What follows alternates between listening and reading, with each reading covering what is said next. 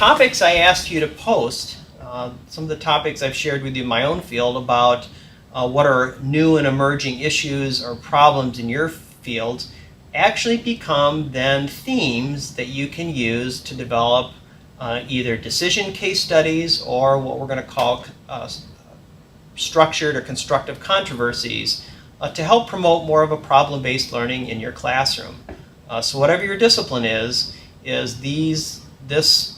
these pedagogical techniques using case studies and controversies are something that are very applicable to your disciplines.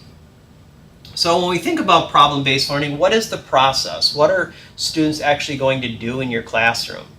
And this diagram is basically a modification from work done by Woods and some other work done by Carl Smith. It's what I call the desk of a working STEM professional, because I try to put problem-based learning in context. What I described earlier is the practitioner, or the working person in a STEM field.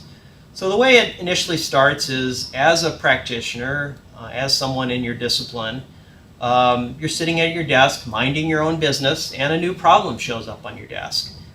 Maybe it's a problem you've never had to deal with. Maybe it's a problem where you don't necessarily have all the disciplinary content knowledge to deal with it.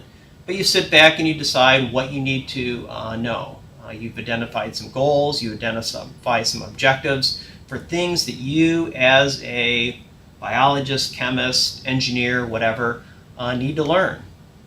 You collect that information, and part of the collecting the information may require some research, may require some interviews, may require you reaching out and meeting with colleagues, but you collect the necessary information you need, that you think you need to collect to address the issue.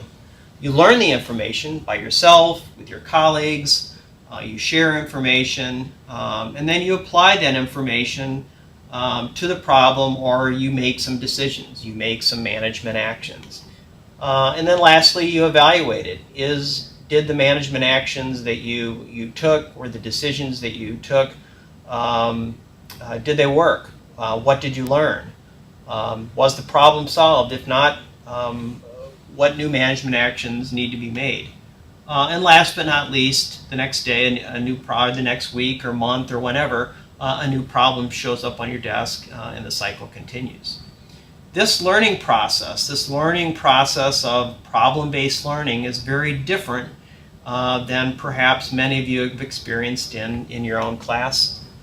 So for example, in most classes, they're taught using more subject-based learning, where an individual professor would teach material, may start by defining material, defining concepts, defining principles. Students learn the information. In many cases, this may just require memorization, and then they're provided an example of how it's used. And then the next class period, there's a new topic started, or the next couple weeks, something else is taught. The challenge with this approach, the challenge with subject-based learning, because students are presented with how to use the information relatively late in the process, a question that often arises from the students is, why in the heck do I need to learn this information? They haven't provided any context as a hook, so to speak, to get them to know why they need to be engaged in learning the material. So up to now, I've talked about two different approaches that people can use to implement a problem-based learning environment in their classroom. And one is often referred to as a structured or constructive controversy. And I've provided some resources for you on the MOOC site that you can use to develop your own controversy, which I'll discuss in a little bit. First of all, in a controversy, not all the information is given to everyone in class. Oftentimes, the instructor, if I'm teaching the controversy, would give just a general description of the controversy and a description of the stakeholders or the people involved in the controversy. And this part of the controversy, or the benefits of teaching the controversy this way, is to really try to emulate the real environment of a problem.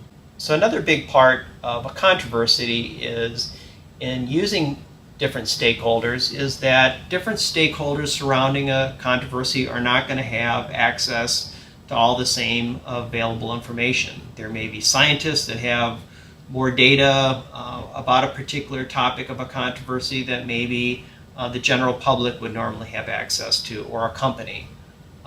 Individual stakeholders will be required to collect, analyze data, and make requests from others, just like often happens in a real-world situation. And then last but not least is that in a controversy, the process ends by stakeholders sharing information, developing positions, and where multidisciplinary groups come up with the best solution to address a controversy or management problem. In contrast, a decision case is often taught where the entire case is presented to all students. There is no role playing. And during the process, professors will often present interpretive questions to the class to solicit discussions about issues or concepts that need to be discussed or learned. And these interpretive questions are not fact-based questions. They're interpretive questions to bring out discussions, interpretations of the material.